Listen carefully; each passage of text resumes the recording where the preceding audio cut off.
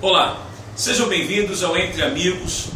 Estamos aqui na dependência da Biblioteca Comunitária Teológica John Stott e hoje nós estaremos conversando com o nosso amigo Leonardo da Silva acerca de um assunto que nós pensamos ser relevante para a igreja. Estaremos conversando, entre outros assuntos, sobre Deus, sobre a importância de Deus, sobre a grandeza desse Deus. Estaremos conversando também sobre a igreja. Fala comigo, Leonardo, tudo bem? Tudo bem? Não sei se boa noite, boa tarde. Bom dia. Bom dia. A gente tem essa mania de conversar. Conversamos muito e às vezes saem coisas interessantes do nosso conversar. E a proposta do Entre Amigos também, por que não registrar essas conversas? Sim. Porque às vezes nós somos blindados com intuições tremendas e que somos incapazes de repeti-las. Até porque o pensamento que nos visita de outras feitas nos visita, né, de maneira diferenciada. Então, Entre Amigos é tentar captar nessa nossa conversar alguma coisa que seja interessante. Espero que sejamos blindados com algo que venha elucidar ou nos trazer uma preocupação para dela descarregarmos a nossa possibilidade de resolver. Antes de nós começarmos a gravar, estávamos conversando aqui sobre esse assunto que envolve a pessoa de Deus, e eu gostaria que você falasse desde já sobre esse tema, sobre as suas considerações iniciais acerca de Deus, a relação entre Deus e a igreja, se Deus ele é mais o fruto da igreja, ou é o contrário, a igreja pertence a Ele. Por favor, meu amigo, fique à vontade. Falar sobre Deus é se mover por um lado perigoso, e até recebermos a peste de estarmos debaixo de uma infantilidade do pensamento antigo. Ontem mesmo, conversando com um grande amigo meu, inteligentíssimo, ele me cutucou dizendo que os grandes discursos, narrativas, melhor dizendo, acerca de divindade, principalmente a Bíblia, ela seria solapada, jogada por terra, cairia na sua não razão de ser, porque ela não iria se sustentar por muito tempo. Eu resisti, divergi o máximo que pude, porque na verdade, até porque a sua compreensão da narrativa bíblica e essa sua equação de que representa a preocupação filosófica acerca de Deus, eu divergi e disse, não, a fé não está em Cristo, está em Cristo são os discursos. E de repente o Deus, você tem seus arquétipos, você tem a sua decodificação desse Deus, esse Deus provavelmente vai entrar em crise e não deve prestar para nada. Até porque, como bem expressou Karl Barth, eu participo desse pensamento, quando ele vai nos brindar com um Deus totalmente outro, ele vai mostrar que Deus é uma natureza, Deus da preocupação cristã, né, que também tem isso. Ele é completamente outro, ele não está relacionado a todos os porquês, as inquirições, pensando nessa realidade última, nessa possibilidade de uma explicação por essa coisa toda cosmética, ordenada, que nós nos apercebemos, desde os pré-socráticos, com o panpsiquismo, seria um número, tudo é equação matemática, seria um logos, né, essa coisa toda. Ele vai dizer que isso não se identifica com Deus. Quando a igreja, a gente volta para a igreja, nós somos evangélicos, não tem como nos afastar de tal pensamento, a partir do credo apostólico, é outro Deus, é outra natureza de Deus. Então, peraí, não nos jogue pedra, não nos acuse daquilo que não sabe, né? Então é mais ou menos por aí o nosso assunto. Aí você pode me perguntar, é possível postular, eu estou colocando a pergunta na sua boca, obrigado, a existência de Deus, é possível verificá-la? A minha primeira a resposta seria não, de nenhuma sorte. É claro que o pensamento tem essa liberdade e ele não consegue deixar de fazê-lo. Isso aí eu prescrevo, eu percebo, melhor dizendo, que o pensamento não consegue evitar essa busca, ainda que no processo de evitá-la, ele se arme um princípio de negação, de niilismo, de negar essa realidade. Quando você cita Karl Barth, quando ele vai falar que Deus é um ser totalmente outro, o que vem a ser esse totalmente outro dentro da sua exposição? É que é um Deus que não pode ser enquadrado, não pode ser conceituado, não pode ser dominado, não pode ser conceituado. Seria mais ou menos isso? A concepção dele? Isso que acontece. Toda a preocupação filosófica e todas as configurações religiosas, elas têm seu tipo de Deus, que envolve toda uma gama de significado, de relevância e prescrição para as mesmas. Porém, não é o Deus cristão. O Deus cristão não se permite esse tipo de questionamento, porque é Deus que interpela o homem. Deus, ele vem a partir da revelação. Sim. E a revelação acontece plenamente em Jesus Cristo. Então nós não confessamos uma preocupação filosófica. Só declaramos. Não, nós estamos debaixo desse espírito de revelação. Creio, por isso falei. Deus não prova a sua existência nas Escrituras, ele não tem essa preocupação. Não tem essa preocupação. Ele tão somente se nos apresenta e de alguma maneira nós cooptamos, nós recebemos isso e nos mergulhamos ou submergimos a essa crença que pode me acusarem de prescrever o absurdo, de talvez o intelecto nunca conseguir conceituar e explicar, mas ali está a realidade da mesma. Nesse caso aí, então, o fator fé é importante. Esse Deus é o Deus do cristão. Não vou colocar, quando eu falo cristianismo, não cristianismo a partir de uma perspectiva tão somente religiosa, mas no sentido de ser algo que tem em Cristo seu referencial. Então esse Deus, segundo a sua concepção, ele é um Deus que ele é, como eu posso dizer, nós estabelecemos uma relação com ele a partir da fé, mediante a revelação que ele nos deu. Nós só vamos até onde ele permite que nós consigamos, entre aspas, entender e compreender. Esse é mais ou menos isso? Tem uma pergunta dos amigos de Jó, que eu não lembro agora, Sorrá. Está aqui o nosso evangelista Wilson, que está fugindo do debate. Inclusive, nós convidamos o evangelista Wilson para que fizesse parte aqui da nossa conversa, mas ele se absteve, não sei por qual motivo.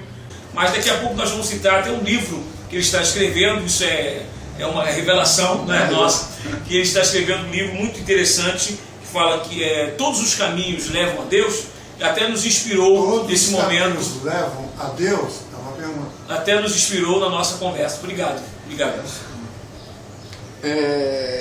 A pergunta de Zofá, se nos fala. Sim, ele pergunta se poderia a mente humana prescrutar os arcanos de Deus aqui. Sim. Né? É uma coisa interessante que a gente vai ver esse pressuposto no estudo da teologia, que diz uma máxima interessante. Deus que é mistério, revela-se enquanto misterioso. Até quando a gente lida com a revelação de Deus, Deus não pode se revelar outra coisa que não a natureza dele mesmo. E esse assombro, esse não sabimento, esse lado escondido de Deus, quando nós conseguimos perceber alguma coisa de Deus, nós percebemos debaixo do maravilhamento.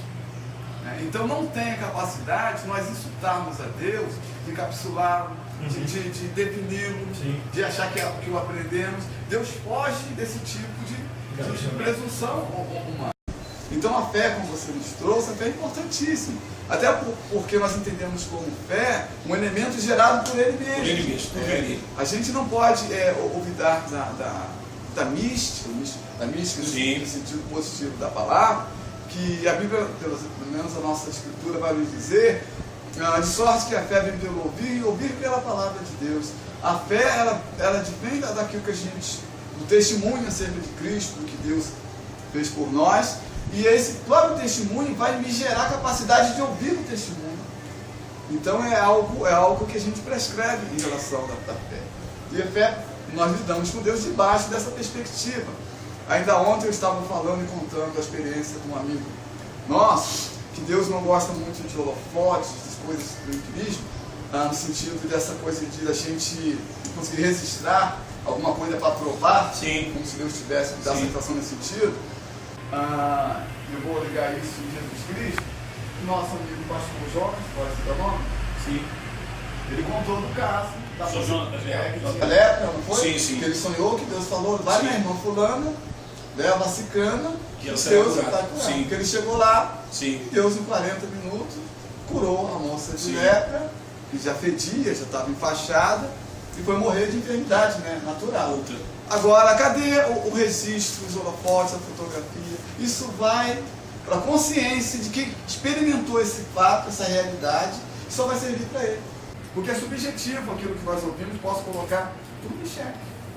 Mas a pessoa que experimenta essa aproximação de Deus é entre a consciência dela, a estrutura, o que ela se define enquanto ser e essa sua responsabilidade diante desse ato divino. Então é algo inalienável e não é mutável. Eu não posso te persuadir a uma coisa. Quanta experiência de fé nós temos? Sim. Que podemos até muitas das vezes procurar explicações psicologicamente falando, sociologicamente falando, mas não resolve nada. Né? Professor Leonardo, uma pergunta que eu gostaria de fazer está no âmbito da igreja, da eclesiologia, se eu posso citar o termo. A igreja atual, ela compreende Deus dessa forma? Tem essa compreensão de que o Deus que ela professa não é um Deus enclausurado, não é um Deus que está limitado, não é um Deus que se limita às suas quatro paredes, à questão da denominação, da instituição religiosa? Será que a igreja atual, pelo seu ver, pela sua perspectiva, ela compreende, ela tem essa compreensão acerca de Deus? Está escutando um não, né? Então a revelação. Ela tem, infelizmente, o Deus do discurso da grande maioria, né, dos representantes evangélicos, é um Deus confeccionado a partir da projeção dele mesmo, dos seus líderes, em cima do Deus revelado. É construído um Deus que pode ser esse Deus manipulado. Sim. Esse tipo de Deus não é o Deus cristão. É claro que Deus, na sua liberdade, na sua misericórdia, dá lampejos, se articula, porque Deus é solto, Deus não é preso. Mas se conversarmos com a grande maioria, eu não vou falar vamos falar massa, que massa agride. O povo, conversarmos com os líderes, com os pensadores, com os formadores de opiniões, com os discursantes, eles não compreendem a Deus a não ser a partir de uma projeção da sua empatia, das suas ogerizas. Deus está debaixo da sua configuração religiosa. Um exemplo exemplifica isso numa prática litúrgica, eclesiástica, quando o líder considera Deus a partir do seu próprio prisma, da sua própria perspectiva religiosa. Exemplifica isso para que fique mais claro para o nosso ouvinte. Por exemplo, essa coisa que a gente poderia chamar de simonia. A gente falou sobre milagres, sobre carismas. O que é passado dos grandes marqueteiros que fazem culto à personalidade, né, que colocam outdoor, ao grande apóstolo de Deus, a Semana do Milagre, essas conversas piada toda, aqui parece mais um rito pagão, onde você tem que, Deus tem que fazer alguma coisa, está agendado, e ele faz porque parece que há a disposição numa realidade espiritual, onde esses homens entram nela e buscam um pouco de fluidez, de energia ou de poder mágico, e realiza alguma coisa em prol do povo que não tem preocupação soteriológica, não tem identificação com a sua miséria existencial. É interessante que a gente vê uma coisa, eu costumo dizer que, e não é meu pensamento, eu vi um pensador cristão que me jogou isso, e eu segurei, se não me engano foi Calvino, se tiver gafe, perdoe, mas veio de um reformador, que vai dizer que o homem não se percebe nem miserável nem pecador. Ele só se percebe nessa condição quando Cristo lhe é apresentado. Aí eu peguei estava estudando o Novo Testamento grego, a partir de Marcos, quando Jesus se depara com um endemoniado, o que o demônio vai dizer? Bem sei quem tu és, o Santo de Deus. Na presença de Jesus Cristo, nem os demônios conseguem desdizer ou deixar de dizer aquilo que é realidade em relação a Cristo. Então, quando eu tenho essa compreensão de que eu posso fazer alguma coisa diferente do que a leitura simples da Escritura vamos mostrar, do que aquilo que é patente, que é claro nos Evangelhos, e eu começo a marcar essas agendas e fazer Deus agir de uma maneira arbitrária ao que Ele se revelou nas Escrituras, isso é um confeccionar de Deus. Por exemplo, quando eu vou dizer que para a pessoa entrar, se converter ou achar a Deus, ela precisa passar por laboratórios. Laboratórios seriam, por exemplo, os encontros, pós-encontro, com todo a minha ironia, né? Cabido. Né? E até os respeito. Mas definitivamente não é assim que funciona. A experiência encontro se dá a partir daquilo que Deus realiza, a partir da exposição do Evangelho, sendo entendida pelo indivíduo, e naquele momento Deus dominou toda a estrutura do indivíduo, ele se lança diante de Deus, se esvazia e Deus se torna a realidade para